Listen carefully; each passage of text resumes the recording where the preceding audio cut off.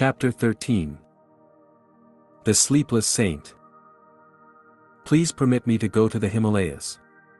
I hope in unbroken solitude to achieve continuous divine communion. I actually once addressed these ungrateful words to my master. Seized by one of the unpredictable delusions which occasionally assail the devotee, I felt a growing impatience with hermitage duties and college studies. A feebly extenuating circumstance is that my proposal was made when I had been only 6 months with 𝑧𝙤𝒈𝙖𝒏𝙖𝒏𝙙𝒂. Not yet had I fully surveyed his towering stature. Many hillmen live in the Himalayas, yet possess no God perception. My guru's answer came slowly and simply. Wisdom is better sought from a man of realization than from an inert mountain. Ignoring master's plain hint that he, and not a hill, was my teacher, I repeated my plea. 𝑧𝙤𝒈𝒂 vouchsafed no reply. I took his silence for consent, a precarious interpretation readily accepted at one's convenience. In my Calcutta home that evening, I busied myself with travel preparations. Tying a few articles inside a blanket, I remembered a similar bundle, surreptitiously dropped from my attic window a few years earlier. I wondered if this were to be another ill-starred flight toward the Himalayas. The first time my spiritual elation had been high, tonight conscience smote heavily at thought of leaving my guru. The following morning I sought out Bihari Pandit, my Sanskrit professor at Scottish Church College.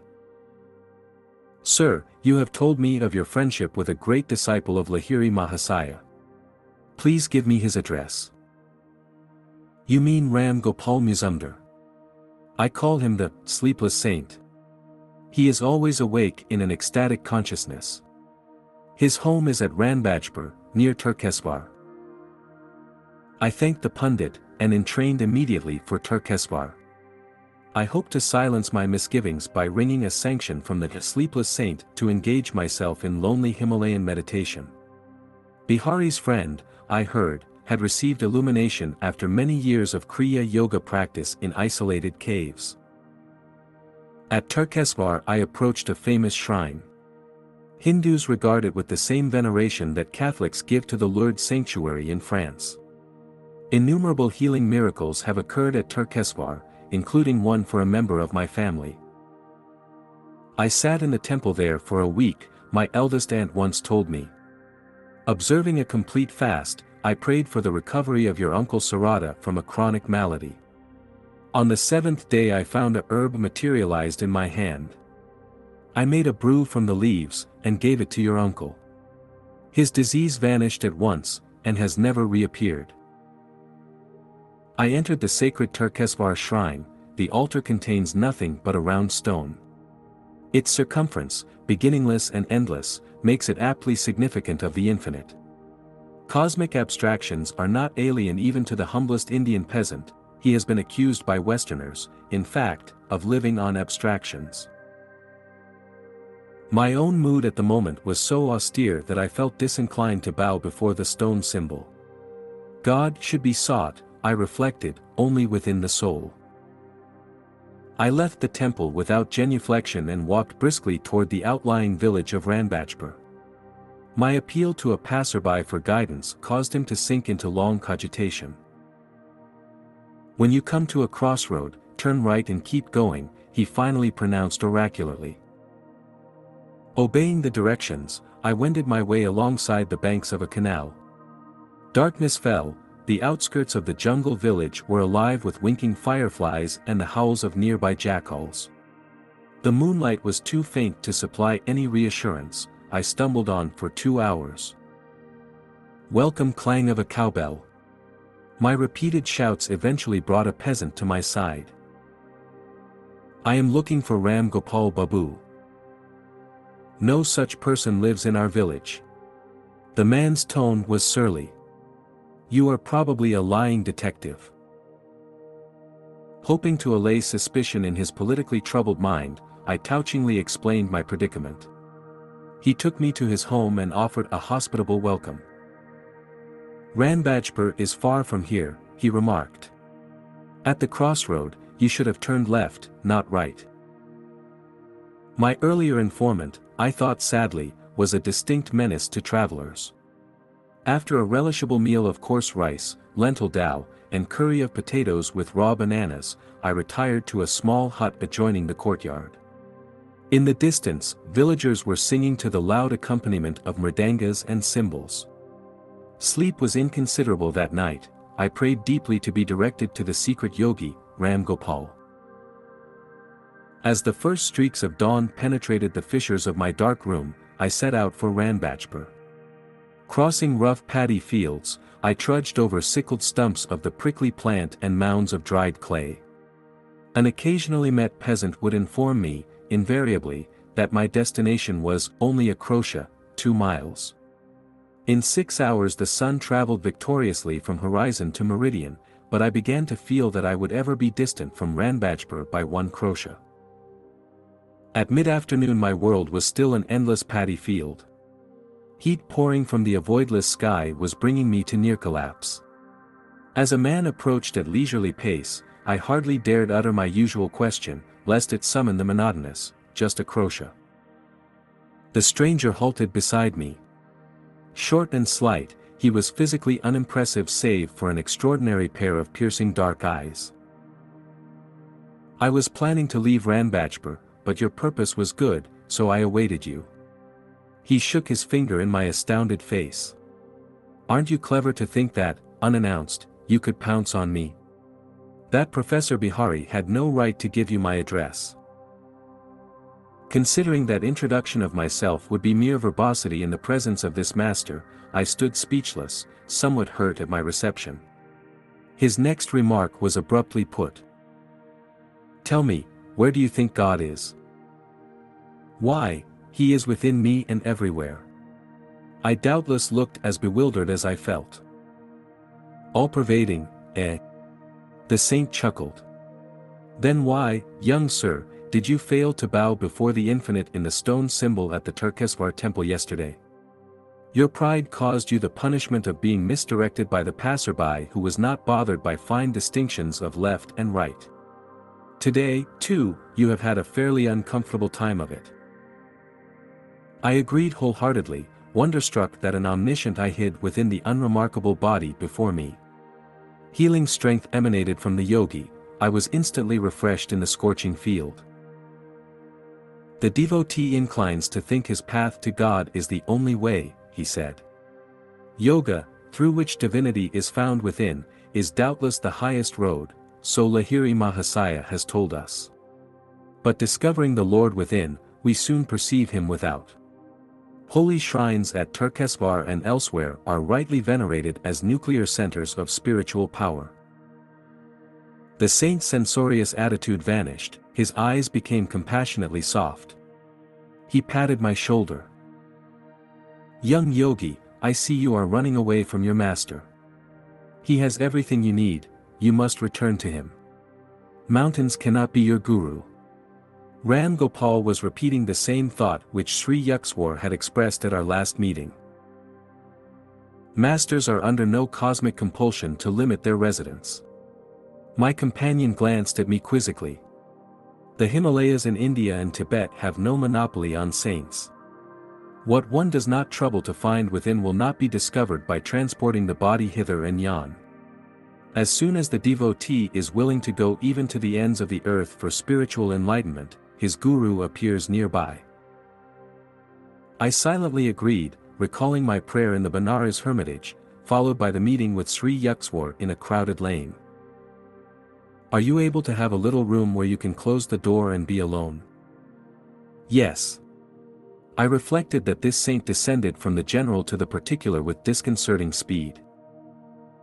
That is your cave. The yogi bestowed on me a gaze of illumination which I have never forgotten. That is your sacred mountain. That is where you will find the kingdom of God. His simple words instantaneously banished my lifelong obsession for the Himalayas. In a burning paddy field I awoke from the monticulous dreams of eternal snows. Young sir, your divine thirst is laudable. I feel great love for you.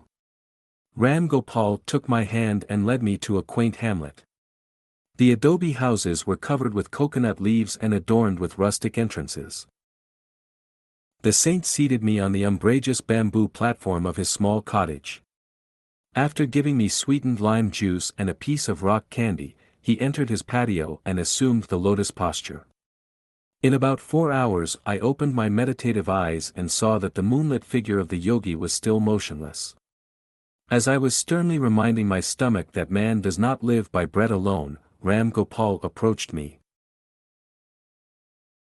"I see you are famished, food will be ready soon." A fire was kindled under a clay oven on the patio, rice and dal were quickly served on large banana leaves. My host courteously refused my aid in all cooking chores. "The guest is God," a Hindu proverb, has commanded devout observance from time immemorial. In my later world travels, I was charmed to see that a similar respect for visitors is manifested in rural sections of many countries. The city dweller finds the keen edge of hospitality blunted by superabundance of strange faces. The marts of men seemed remotely dim as I squatted by the yogi in the isolation of the tiny jungle village. The cottage room was mysterious with a mellow light. Ram Gopal arranged some torn blankets on the floor for my bed, and seated himself on a straw mat. Overwhelmed by his spiritual magnetism, I ventured a request. "Sir, why don't you grant me a samadhi?" "Dear one, I would be glad to convey the divine contact, but it is not my place to do so." The saint looked at me with half-closed eyes. "Your master will bestow that experience shortly. Your body is not tuned just yet. As a small lamp cannot withstand excessive electrical voltage, so your nerves are unready for the cosmic current. If I gave you the infinite ecstasy right now, you would burn as if every cell were on fire." "You are asking illumination from me," the yogi continued musingly, "while I am wondering inconsiderable as I am, and with the little meditation I have done if I have succeeded in pleasing God, and what worth I may find in his eyes at the final reckoning." "Sir, have you not been single-heartedly seeking God for a long time?" "I have not done much. Bihari must have told you something of my life. For 20 years I occupied a secret grotto, meditating 18 hours a day. Then I moved to a more inaccessible cave and remained there for 25 years, entering the yoga union for 20 hours daily. I did not need sleep, for I was ever with God. My body was more rested in the complete calmness of the superconsciousness than it could be by the partial peace of the ordinary subconscious state. The muscles relax during sleep, but the heart, lungs, and circulatory system are constantly at work, they get no rest. In superconsciousness, the internal organs remain in a state of suspended animation, electrified by the cosmic energy. By such means I have found it unnecessary to sleep for years. The time will come when you too will dispense with sleep." "My goodness, you have meditated for so long and yet are unsure of the Lord's favor." I gazed at him in astonishment. "Then what about us poor mortals?" "Well, don't you see, my dear boy, that God is eternity itself? To assume that one can fully know him by 45 years of meditation is rather a preposterous expectation. Babaji assures us, however, that even a little meditation saves one from the dire fear of death and after-death states. Do not fix your spiritual ideal on a small mountain, but hitch it to the star of unqualified divine attainment. If you work hard, you will get there." Enthralled by the prospect, I asked him for further enlightening words. He related a wondrous story of his first meeting with Lahiri Mahasaya's guru, Babaji. Around midnight Ram Gopal fell into silence, and I lay down on my blankets. Closing my eyes, I saw flashes of lightning. The vast space within me was a chamber of molten light. I opened my eyes and observed the same dazzling radiance. The room became a part of that infinite vault which I beheld with interior vision. "Why don't you go to sleep?" "Sir, how can I sleep in the presence of lightning, blazing whether my eyes are shut or open?" "You are blessed to have this experience, the spiritual radiations are not easily seen." The saint added a few words of affection. At dawn Ram Gopal gave me rock candies and said I must depart. I felt such reluctance to bid him farewell that tears coursed down my cheeks. I will not let you go empty-handed. The yogi spoke tenderly. I will do something for you. He smiled and looked at me steadfastly. I stood rooted to the ground, peace rushing like a mighty flood through the gates of my eyes. I was instantaneously healed of a pain in my back, which had troubled me intermittently for years. Renewed, bathed in a sea of luminous joy, I wept no more. After touching the saint's feet, I sauntered into the jungle, making my way through its tropical tangle until I reached 𝑧𝙤𝒂𝙩𝒉. There I made a second pilgrimage to the famous shrine, and prostrated myself fully before the altar. The round stone enlarged before my inner vision until it became the cosmical spheres, ring within ring, zone after zone, all dowered with divinity. I entrained happily an hour later for Calcutta. My travels ended, not in the lofty mountains, but in the Himalayan presence of my master.